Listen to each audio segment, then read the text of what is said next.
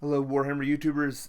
It's Who's of Doom, and I just wanted to um, make the Q&A video that I started, I guess, back in May. It's now the end of June, so it's a little over a month, but I just wanted to get there and finish that before the end of June. So, um, we I'm now in Colorado, so that portion of the move is over. Um, and a little bit still a couple of things to go. Looks like we have a house, and I'll probably do like a channel update when I establish a new hobby room. But this is where I'm at now. It's just a very temporary kind of housing. It looks like we'll probably just be here another week or so.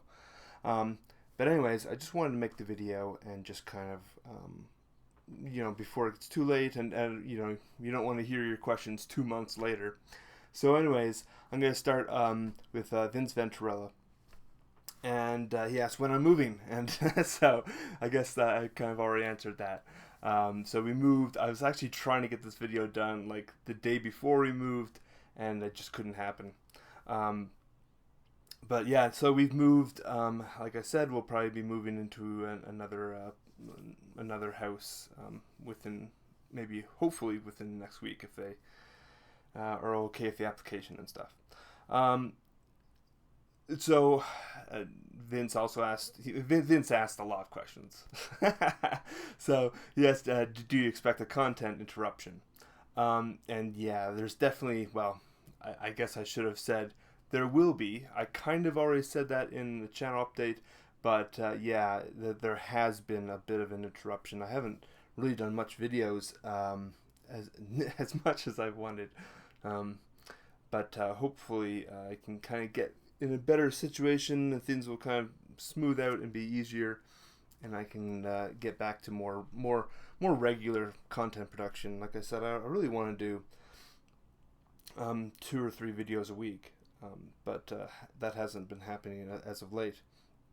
So the next question from Vince is, what faction could they release that you would buy immediately and move to the top of your painting pile? Um, well, they just, this was a busy month for rumors and leaks, and I kind of missed my opportunity to kind of get out there and talk about it. Um, but the a lot of new leaks just came out for pictures of the Sylvan force, which I think looks really interesting. And so there are a lot of armies out there, and being a big Hero Quest fan, the idea of Warhammer Quest coming back was a big deal to me. But I have so many painting projects, and because I really want to work on them all simultaneously, like I want to, like, I don't really think I have much in the way of I want to paint this over that. I just want to get everything done eventually, or work on everything over time. So my preference is to stick with what I'm doing right now, and that is to use my regimented chart system. Um, Simply because it just gives me some formal structure, and it's been working this year, and I kind of like it.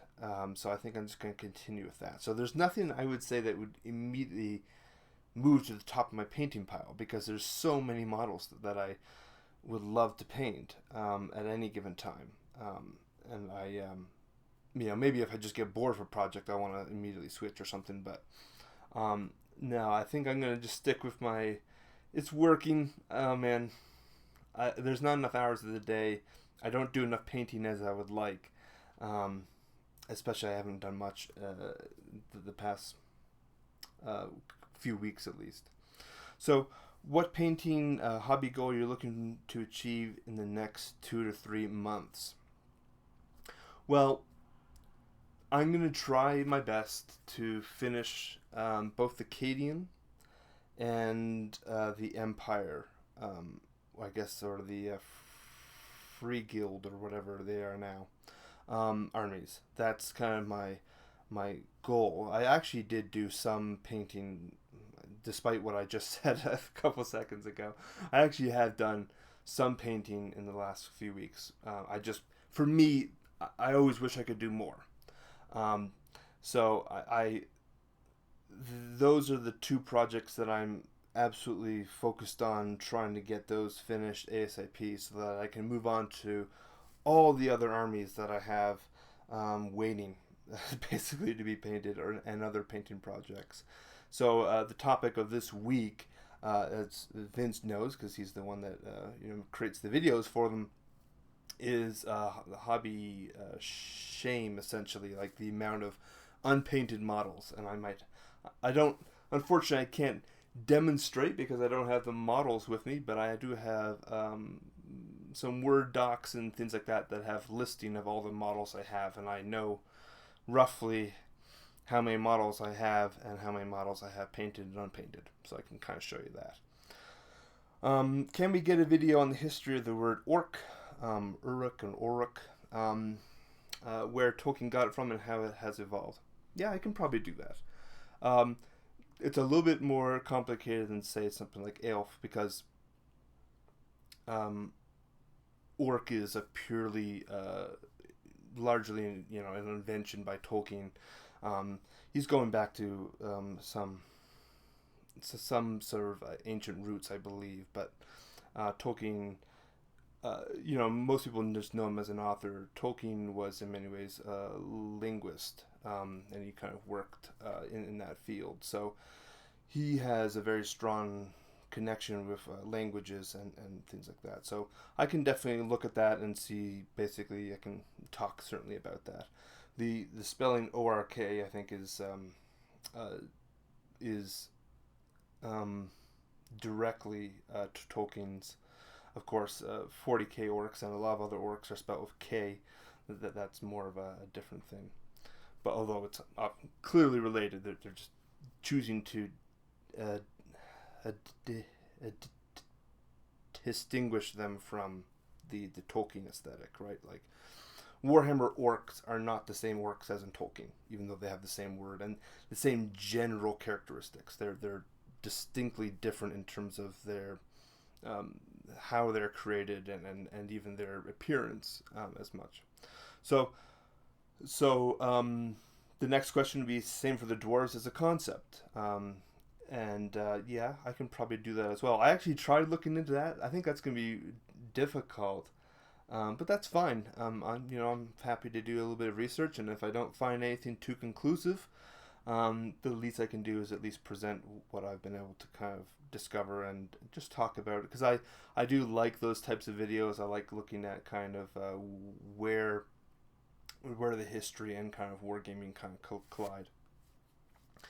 Why have you decided to collect subpar Imperial Guard when you know that Praetorians exist, or at least Valhallans? Now, Vince, you've been bugging me about these Praetorians for weeks. Ever since I first announced I was going to do Cadians. Well, yeah, I realized. I actually, keep in mind, in my chart system, I have Valhallas, I have Praetorians down. I added those especially for you because I realized, I was like, oh man, all these old Imperial regiments I don't have. So I added them all to the chart. So you might eventually see me do those Imperial Guard regiments at some point. But I decided to do Cadians simply because I already had Cadians. So when I made my chart system, it was just a list of every possible army and faction in both Fantasy and 40k and all the specialist games. And then I quickly kind of realized my goal, first and foremost, should be to paint models that I already own.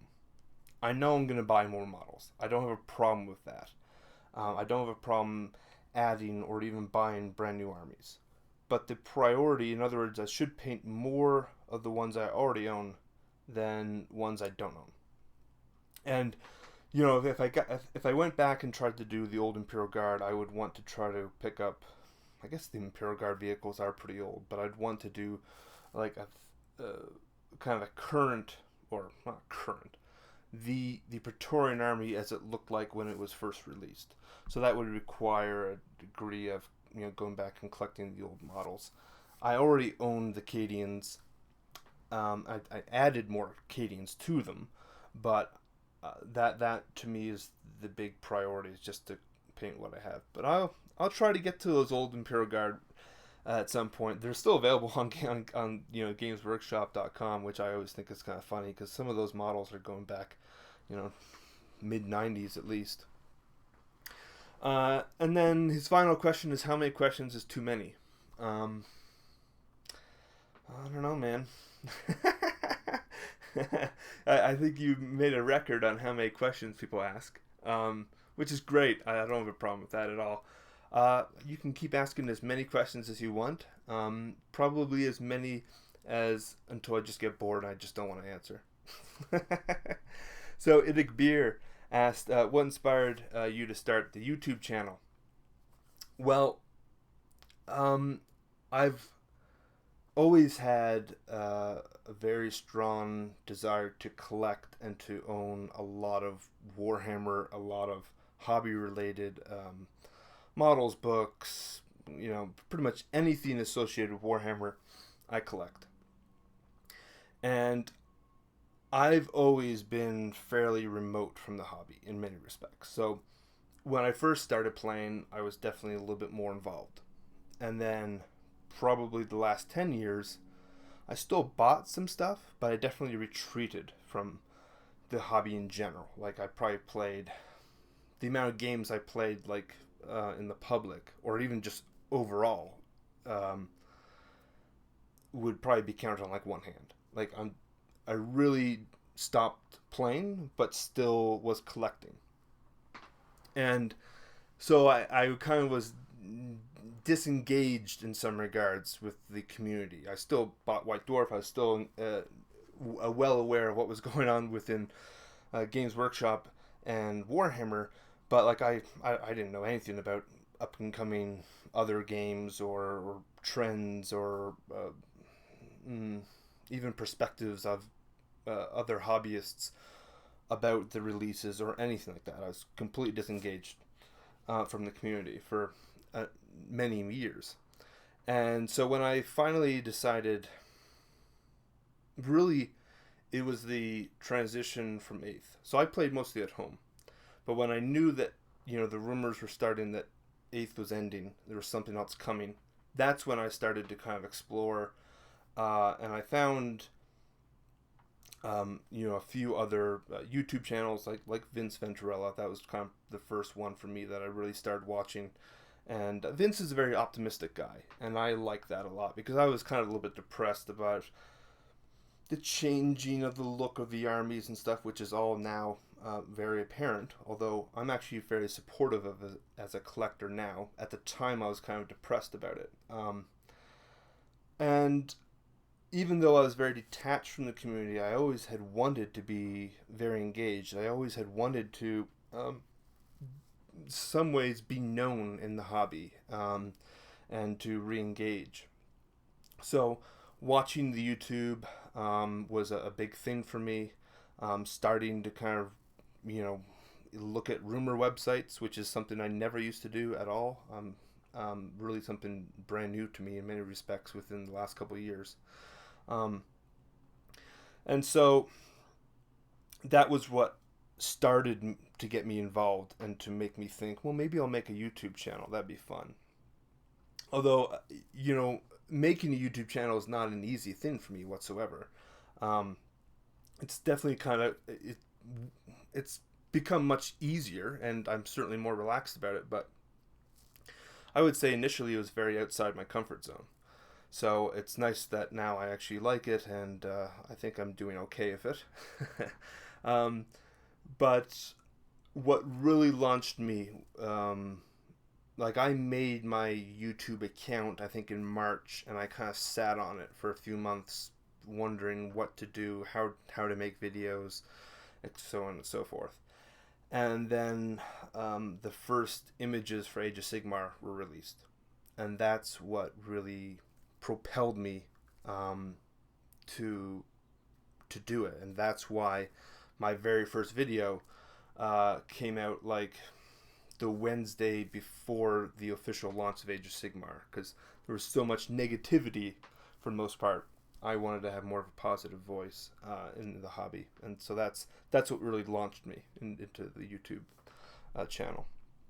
So Larry Barba asks, I play a mix of armies, Dark Elf for range, Beasts for fast fodder, Ogres for mainline punch. Any thoughts on other cross-army synergies or combos that you guys can come up with?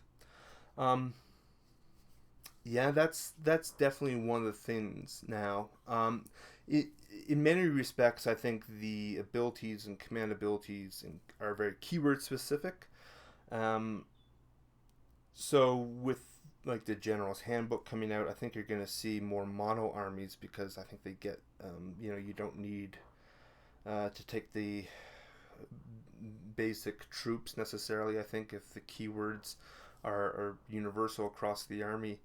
But generally speaking, I think one of the advantages of all the different factions and the ease of army design in Age of Sigmar is that you can essentially use certain units to compensate for weaknesses in a specific army. So like a heavy melee army like Khorne, you might add some ranged kind of elements in there. I'm just trying to think, like maybe some Skaven or something to like some Skaven artillery or war engines or Giselles, something like that, to maybe compensate for their lack of ranged capability.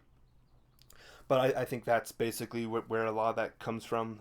I think you're on the right path. You got the Dark Elves for range, the Beasts, which I play quite a bit. They're pretty good for just basic infantry. And then the Ogres are definitely more of a heavy hitting types of units. Because of the keywords, I haven't actually explored. Most of my armies are very mono. I always envision playing the traditional Warhammer Fantasy armies, I guess, in Age of Sigmar. Although, like, even if I have like a mix of armies, it would be like two distinctly different armies that are playing on the same table, on the same side. That's kind of how I always envision it, which is not necessarily what Age of Sigmar is necessarily about, but that's generally how I play. So I would just look for ways to compensate for those types of weaknesses, or bring in things that are just really heavy hitting. You don't. I personally would not just pick like the best of everything, but I recognize that some people definitely will, and that's fine.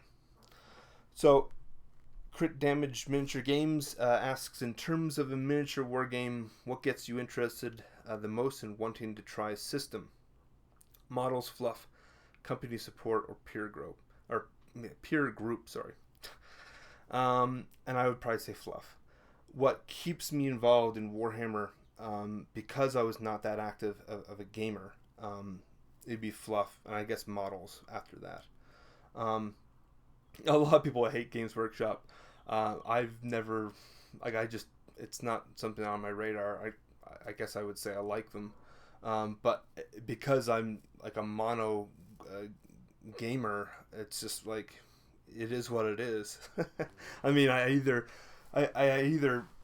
abandon what I've been doing for 18 years, which I'm not really willing to do, and plus I'm not I don't have any bad feelings or anger towards the company. So the company side of things is not as big a concern for me. I'm definitely happy with what is going on in Games Workshop, but for all I know, there are other gaming companies that are better in terms of, well, presumably in terms of customer relations and so on and so forth.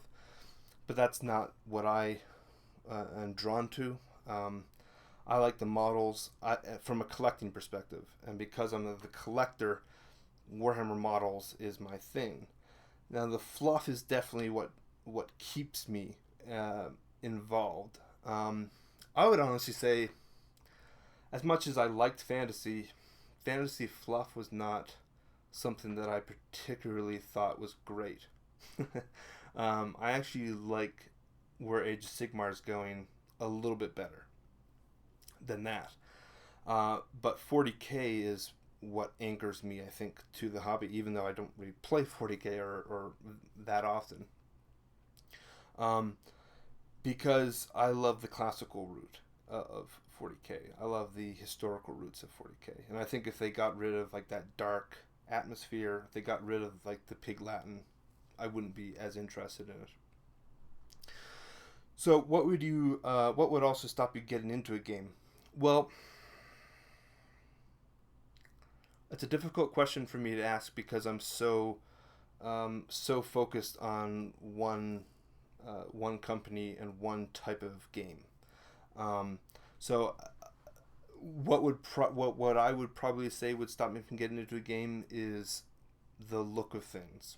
I am as much as I like fluff, I like art and things like that. I like the way the universe looks, and for me the look of models is important. Although I'm very blinded by Warhammer, I kind of like universally like, probably just as a crazy collector, I kind of just universally like all Warhammer models. There's some that are less appealing, but for the most part, I don't have the problem with any release that they do, which is a problem for me personally and kind of my budget. But yeah, for me, there's what would stop me getting into a game? The gaming community would probably be the biggest thing. If it's too negative or too focused on just pure winning, I don't mind a strategic game, but I like a fairly relaxed gaming environment. You know, you're playing to win, but you know, my fundamental rule is both players should enjoy the game, and if that's not the case, then there's going to be problems. So Mickey Jenver asks if you could just own an army without all the costs, hours, assembly, and painting, what would it be? Past, present, or even non-existent? So I'm assuming you're talking about just a army that, like not if I could just own one army, but just an army, regardless of the cost. There are only a couple of armies that I have yet to really actively buy, although I have plans to, because of cost. And one would be like Sisters of Battle. The other, by virtue of cost, but also by virtue of lack of access, would be Dogs of War. And I would probably choose Dogs of War. If I could just pick one army to just get, every single model for, it'd probably be Dogs of War. It's like an older Warhammer Fantasy army.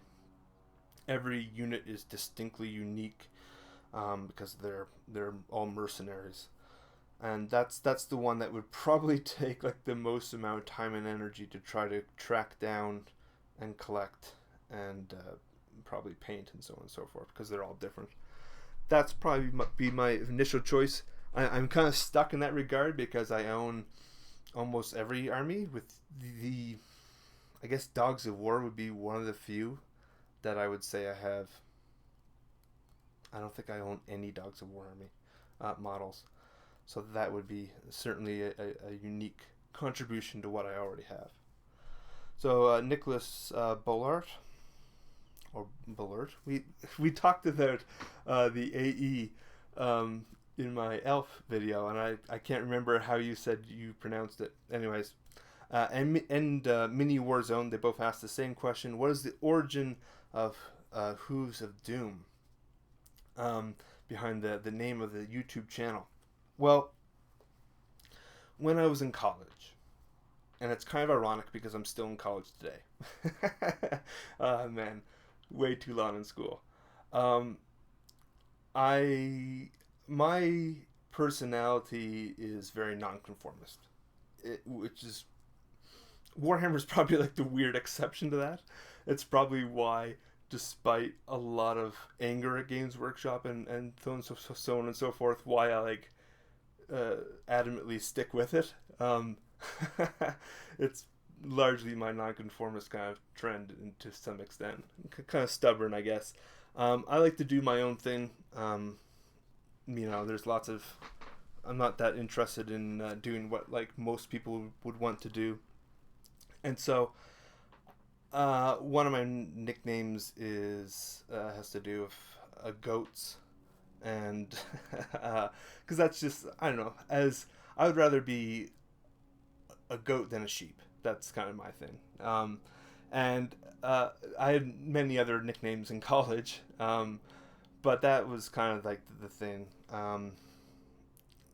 And I thought Hooves of Doom would be kind of an amusing name. I came up with this years before YouTube, like that. I must have been like 2001 or something, and I made like my Hotmail address Hooves of Doom. And my parents were like, you should probably use something more professional. So that's and now I have a specifically Hooves of Doom Gmail address specifically for the YouTube channel and the hobby, and I have another one for work and so on and so forth, and school. But that's basically the origin. I like goats. I like hooves, horns. For some reason, I just find them really interesting. If I'm at a zoo, I'm always going towards the goat, and so that's probably why it's more coincidence that I kind of got into Beastmen as my first army, but it kind of works as well. So that's basically where I would go with that. And then Scarlock the Wanderer. My wargaming question is, will you jump into the Ninth Age? Oh man, I try my hardest to not have negativity, and I don't even want to say that about the Ninth Age. To me, it's like whoever wants to play it, go ahead and play it. I have no problems with that whatsoever. But I've made a video about why I get why people do it and people want to play a community-driven game, and I'm actually very interested in the community-driven experiment. I'm really interested to see where it will go. I mean, if there's a market for it, then do it. I don't have a problem with that. I think mostly because I really loved Age of Sigmar, and it got such a load of crap piled on top of it. It's hard not to push back and to be angry in return, and I don't want to be that. So that's not the reason why I'm not getting into Ninth, because I guess I will not be getting into Ninth would be the answer to the question. Probably because it's an adaptation of Eighth, and I liked playing Eighth, but I never have much interest in playing older editions of Warhammer. I have enough time playing the current edition, and I don't really have rules themselves are not what draws me or what anchors me into the hobby. So like it wasn't the rank and file of Warhammer explicitly that made me enjoy it, even though the rank and file is definitely a nice component of that. Uh-oh. Dogs are barking. I'll complete this in a little bit. Alright, I'm back. Sorry for the interruption. So, back onto the Ninth Age subject. Now, like I said, I don't have anything against Ninth Age expressively. It's not. I actually probably think the rules are really good, and if you think that you would prefer to play like a rank and file game like Eighth, it probably is in many regards a improved game. But I generally don't play what I consider to be kind of an older edition of Warhammer or a different play style. If I were to play an older edition, I might play Eighth, but to be honest, it doesn't appeal to me at this point. I actually had someone that wanted to play a game of Eighth. I was busy moving and stuff, but I'll admit, it didn't. I wasn't that keen on doing it. I'm trying to move everything away from rank and file in terms of rebasing and everything else. So like the idea of uh, trying to go back and make an eighth army, even like if trying to find the codex and try to make it again, just didn't seem as interested to me. But probably the biggest thing that prevents me or would prevent me from playing it, it's the fact that they're changing fluff, and I was anticipating this for some time, but now it seems to be very much a reality. Is that they're going to have their own range of models, both of which make perfect sense, right? I don't have a problem with that at all. You can't. It would be impossible to stick with 8th edition models because they're static. There's nothing new coming out, and a lot of them, are now or increasingly not available, or they're going to be rebased, or what have you. The change in fluff also makes sense. I mean, GW is very protective of their IP. I totally get that they have to do that. At the same time, that moves it further away from a traditional Warhammer game to me, and therefore, especially as like a model collector, I expressly collect Warhammer models. So, like, I don't have any proxies, and when they come out with their own line, again, I think it makes perfect sense. It's just nothing that I would buy or support. It's such a complicated question for me, especially since I know so many people that I like and that are interested in it, and I it's not my job at all to impede how they want to play.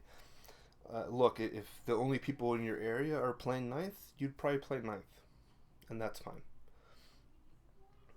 I'm at a point, like, I play most of my games at home, so even if no one plays Age of Sigmar, I can still play Age of Sigmar with my wife at least, and that's all I kind of need.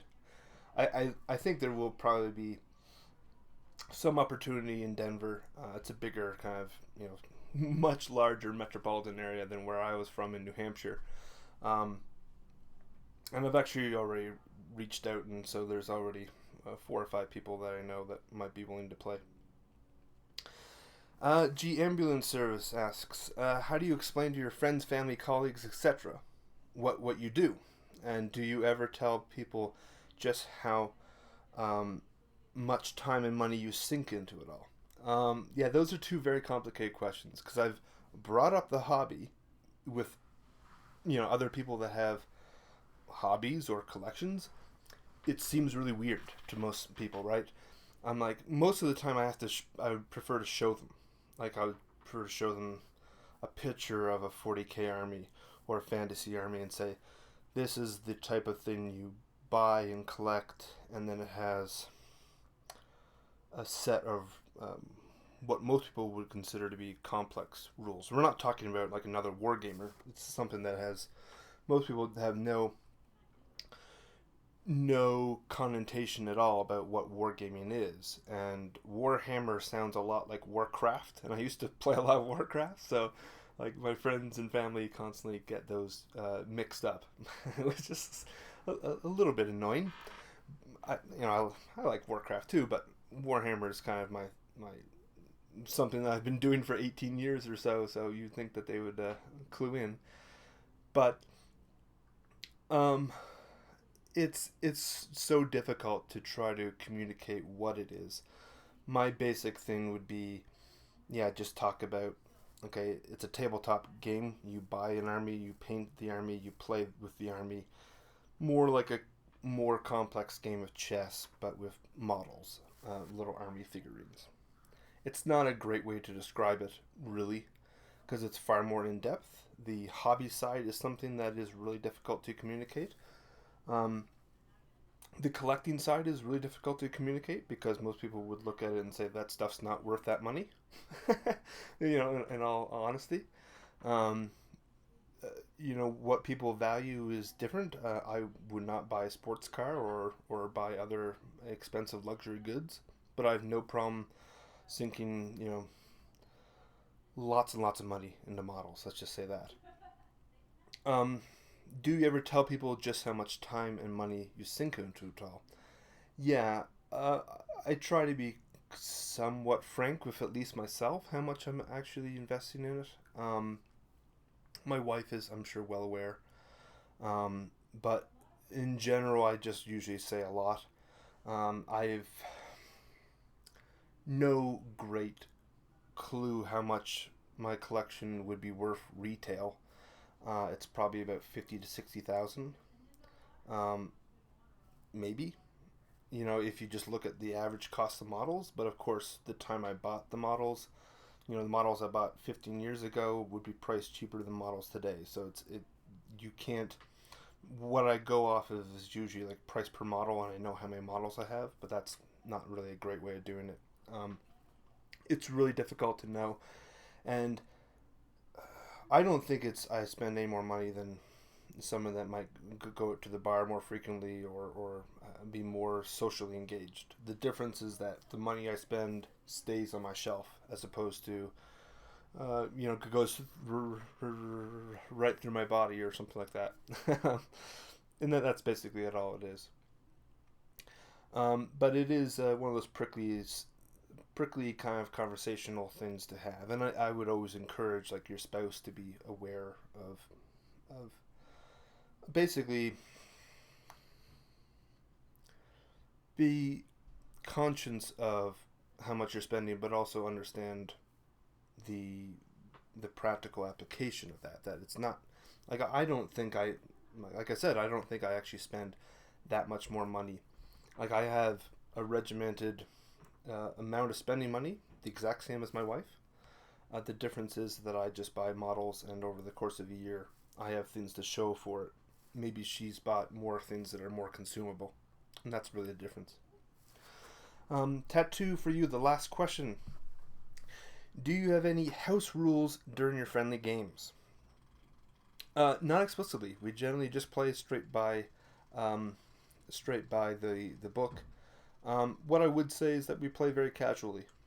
So if someone forgets a rule, I don't have a problem at all. Like if they go back and change something, or as long as it was legitimate. Like if they purposely decided I'm not going to do this, and then realized later it was a mistake, you know, I wouldn't necessarily allow them to change that.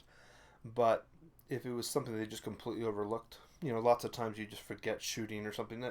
I make dumb mistakes like that all the time, where I forget like my magic or something like that. We were both very casual kind of gamers. We're as much as we try to win. My wife in particular loves to win. She kind of gets depressed if I win, and so but we like to.